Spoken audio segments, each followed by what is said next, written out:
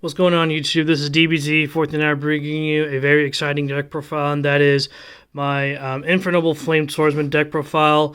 Recently I got first place on my box summer with this very deck list, and I'm very excited to showcase you what I have to show. Just real quickly with my matchups, I played 5 rounds, and keep in mind my locals, they like to play random decks, so I did play 2 Kashtira, 2 Swordsoul, and then 1 Rescue Ace. I'd say I probably won only like 2 die rolls and then lost probably like 3 of them. But I won fairly comfortably, and I really like this deck list. And yeah, and probably one of the reasons why I did play this deck is because, you know, growing up, I did love Joey Wheeler and the Flame Swordsman, and so I really wanted to make the most competitive deck for that variant, and I do believe this is it. In terms of Infernoble builds, there's various types in Super Heavy Samurai, the Sublimite Warrior, and then the Snake Eyes. This variant, the only advantage it has over those is that the ability to go second and the ability to bait out hand traps. So in that case, I did really like that aspect of it, because going second Yu-Gi-Oh is very, very important. And yeah, with that, that was the introduction, and now we'll move on to the main deck list. And so we'll just start with the 1-0s, the 1 Immortal Phoenix Gearfried. You want to set this up before doing your full combo if you can, so that you can stop the cards like Nibiru and whatnot. So I mean, everyone knows what Immortal Phoenix Gearfried does. The 1 Renaud, like, I know some people may up this card, but Renaud is really good. You know, being able to recur your resource, special summon it out with its own effect to be a tuner to make Angelica. Very good. 1 Maugis, he's pretty good. He allows you to recycle stuff, so that's pretty important in grind games. 1 Ogier to dump, 1 Oliver, and 1 Ricciardetto. This comes up sometimes, like when you need to extend to summon another body. He's pretty good. Also, his effect when attached, your opponent can't target the monster, and targeting is very big in Yu-Gi-Oh these days. Ricciardetto is pretty good. Being able to revive a monster on summon, or, you know, using his hand effect to special summon another warrior from hand is really good. And then last, for the 1 of Infernoble Knight, you just play 1 Turpin. He's like the ultimate extender. He also can act as an equip, so you can trigger Angelica, so that's pretty cool. Next, we do play the 1 Salamandra, the Flame Dragon. This is pretty interesting.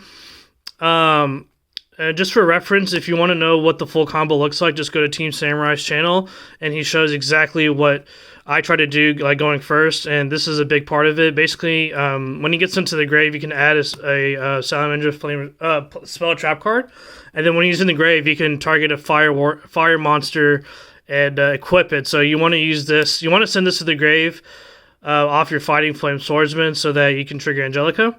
So it's really good. Next, we do play double Fighting Flame Swordsman. He's the Rhoda of the deck, and also when he gets into the grave, he's a Foolish Burial from deck or extra deck. He's really good because of a couple things. Because obviously you want him to be your normal summon. He also baits out a lot of interactions. So when I play somebody and I normal summon this card, and obviously it's like my first interaction, like people just get really anxious and just like shotgun like Imperm or whatever, and like there's a spell card in the archetype that can prevent targeting effects, so that's pretty cool. You only want to play 2 because you actually only need to do the combo. There's like 12 ways or something like that to search out this card, so I didn't feel the need to play 3 copies of it.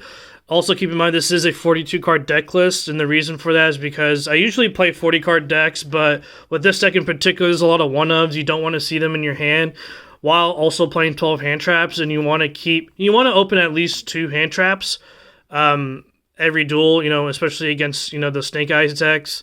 That gives you like a 46% chance of opening 2. So I try to condense this engine as much as possible while making it and optimizing at the same time. So only running 2. You do 1 for the search, and then the second you want to use for the equip from your deck. So off the Charles effect. Next, we do play triple Black Witch. You want to see this card as much as possible. She enables a lot of your plays, so that's why I max on it. Some people just play 1. I opt to play 3, just because I want to see it. Next, for the hand trap lineup, we do play the 3 Droll, 3 Nib, and then the 3 Ash, and then 3 Imperm. So this is probably like the standard 12 a lot of people are playing these days. They're very effective. Another good thing about running the monster hand traps is that like during your end phase when you attach like Maugis, or during even your opponent's turn, you can destroy the Maugis and draw a card, and so you want to draw like a monster hand trap. Also, you can one of the spell cards I'll show later. You have to send a monster card from your field or hand to the grave in order to summon the Flame Swordsman, so having monster hand traps can enable that as well. Next, we do play the Salamandra with Chain. This card is actually pretty amazing. Target a fire monster on the field, so even if you're playing a fire deck, you can attach it to one of your opponent's monsters, and then if it attaches successfully, that monster gains 700 attack, and then you can book a moon one monster on the field face down, non-targeting. Then his other effect is that you can banish it quick effect during whenever, to shuffle back materials for a Fire Warrior or Dragon Fusion monster from your extra deck. So this is pretty cool because obviously going first when you're doing your combo, you want to set this up and have it as a face down. And then you can like send it off with your Charles or Immortal Phoenix Gearfried, and then fusion summon into the big guy on your opponent's turn as another interruption. So that's actually 2 interruptions. So if your opponent droplets your whole board or Dark Rulers you or something, you at least have a Book of Moon and a pop with the big boss monsters. That's pretty cool. Also, another neat thing you can do with this is you can use it as a combo piece. You can discard it off the Witch and then use his effect to summon the level 5 Dragonfire monster, or you can use that as link or synchro material, so that's actually pretty cool. So when you lose die roll, go second, you can use that effect for that. So next we do play Triple Museum. Obviously pretty good. Searches out your equips and then switches out from Spell Trap. Keep in mind that another problem with this deck I see is that it's a combo deck, right? So it does take a while for you to do your combos, and there is that standard 4-card combo, which isn't ideal, which is any blank card, a monster card, the Witch, and the Fighting Flames, or a way to get to the Fighting Flame Swordsman. That's the standard 4-card combo, and I know 4-card combos is not ideal, but I feel confident that every time I go uninterrupted, I put out 8 to 9 interruptions, and my opponent just outright loses, so that's pretty cool. But if you do open a copy of Museum, it enables you to go to a second Charles the Great, Emperor Charles the Great, so that's good. Also keep in mind that it is a combo deck, so you got to do your combos pretty fast, and this is more of a freestyle deck, honestly. Like, expect to get hand trapped during multiple points of the game, so you have to learn how to interact. So the thing with the deck is that you need to learn how to get to Angelica, but before getting to Angelica, like, bait out your opponents and then go Angelica and then go full combo afterwards. And this card burns you, so like in time, keep that in mind. Like, do not use its effect in time, or else you're gonna lose. But yeah, so Museum's pretty good. Next, you do play the 3 Wanted to get out the Black Witch, 3 Heritage of the Chalices, like basically 3 Rotas. Which I love about this deck is that it's very consistent. Like, I feel with the 42 cards. Before I was playing at 40, I went to 2 locals before the one I just topped, and I finished second every time going 40. So I have to put it to 42 because the deck is just super consistent. I see this, I can get to Fighting Flame Swordsman. Then I get to the Rhoda, the Call by the Grave. Then extra one of the Almace, the Durendal. Almace is pretty good because it gets you to Durendal, or if it gets sent to the grave, you can add a resource from your graveyard to your hand. I like to add a Phoenix Gearfried for another interruption. More one-ofs, you do play the Fighting Flame Sword, the Flame Swordsman Realm, and then the one original. Obviously, original allows you to get to your Ricciardetto or Renaud. Keep in mind that if you use this effect to bring out Renaud is not a tuner. So ideally, most of the time you want to get out Ricciardetto for that level 1 tuner. Let me explain these 2 cards. These cards are pretty good, starting with the Fighting Flame Sword. It does have 3 effects, and the first one, you can add a Flame Swordsman card from your deck to your hand. The second effect comes up a lot, where when an attack is declared involving a Fire Warrior monster. It doesn't even need to be a Flame Swordsman monster. You can target one card in the field, destroy. So what I like to do sometimes, normal summon Fighting Flame Swordsman, search this card, go to battle phase, swing into like a SP, use this to like destroy into something else. So, like, you can get rid of stuff and then do your combo afterwards. The third effect is pretty cool. When your opponent activates a card effect that targets a Flame Swordsman or a monster that mentions it, you can control negate that effect. So, if they try to imperm your Fighting Flame Swordsman or a Veiler or something like that, like, you can use this to negate that effect. I know someone was trying to use one of the Labyrinth Tramp cards to like bounce my monster, and then I used this to stop it. So I thought that was pretty cool. Flame Swordsrealm is actually a really cool card. Its first effect is sort of like a Brandon loss, and where when you normal summon a level 4 or lower fire monster, they can't respond to its effects, and then you can send a warrior, or you can send a monster from your hand or field to the grave to summon Flame Swordsman. The last effect gives a power boost to all your monsters by decreasing one of your warrior monsters by 1,000, giving out everyone else 1,000.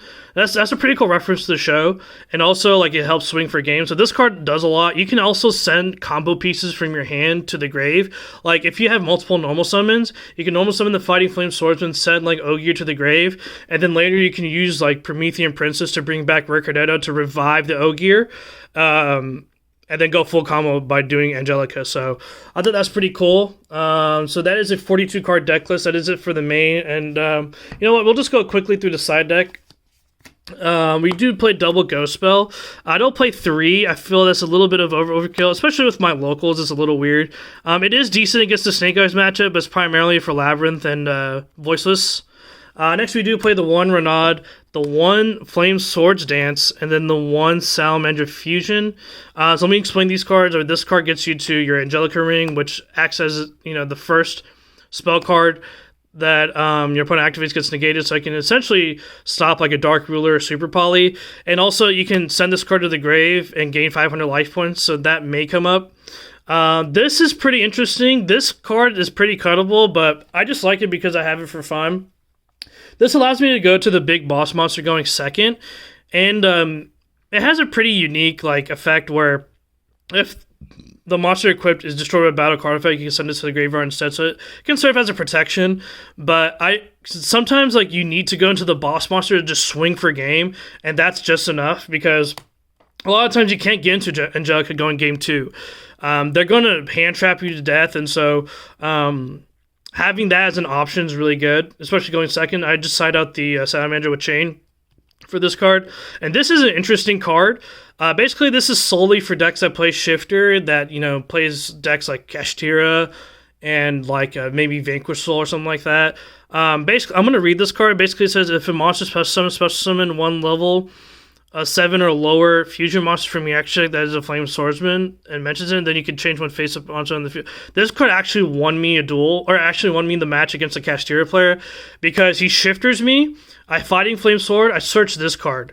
I set this card, I essentially pass. His first move, summon Unicorn. I flip it face down with this, summon the other fusion monster, the Fire Dragon one, and he passes turn, and then I just go full combo after that. You can use that fusion monster later as a fusion piece, or as a synchro or a link piece, and then you can use it on your big guy to swing twice for game. So it's only for Kashtira, and it just dedicates only one roster spot or side deck spot, and I did cut the 3rd bell for it, just because my locals does play a lot of Kashtira. And then we played the Lightning Storm and Duster. These cards are pretty good. You can use it against Voiceless, Labyrinth, just generically really powerful cards. Then the Triple Talents, obviously it's a hand trap format, so this card's really good. Even going second, it's very good as well. Then Cosmic Cyclones, going first or second is pretty good. Hit the island, acts like a Regeki, and then simplifies the board a lot. Especially like if you hand trap your opponent and then you Cosmic the island to like Regeki the board, like you just probably have to play through like 1 interruption with having like only like 3-4 cards in your hand. But yeah, so that is it for the side deck. Now quickly for the extra deck, we do play 2 Emperor Charles. Your spell Trap Negate also can be a pop, so it's like 2 interruptions. Is really good. The 1 Appaloosa for the combo. The 1 Promethean Princess. You can do a lot of neat things with this, especially when you're trying to go to Appaloosa line. If your cross streak gets interrupted, you just go Promethean Princess and just proceed with your combos, and then later on you can link it away for this, because usually you want to get out your Ricciardetto, or at least his Ricciardetto's effect is in play, so you're locked in the Warriors. So you can go into this guy. This guy's pretty cool because all fire warrior monster gains 500 attack, and when he gets sent to the grave by battle card effects by your opponent, you can special link a warrior monster, so you can bring back a Baron, Phoenix Immortal, Gearfried, the boss fusion monster. So that's pretty cool. The 1 SP, it's a warrior, so that's pretty cool. So you don't get locked in. The 1 cross sheep for the Appaloosa combo.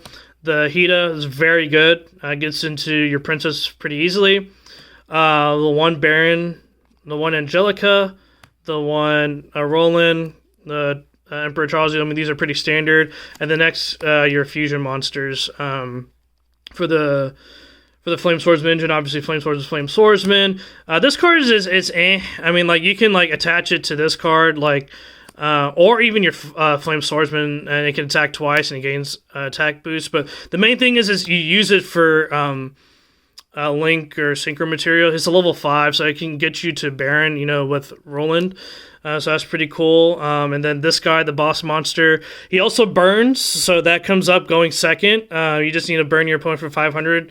So you do your combo, don't activate Museum, try to get to this guy, and then just pop a monster and burn for 500 for game. So that's pretty cool. He can also swing and double his attack. So if you use the Realm, this card, and then the Museum's face up, like, he can get to like 9,000 attack or something, attack twice, and it's just really cool. It's really powerful. It's just another line of play to help you go second to win some games. So that's it for the deck profile, guys. If you liked what you saw, please hit a like. I do read all the comments and try to respond to the best of my ability. So write a comment. Thank you for watching. Have a great day.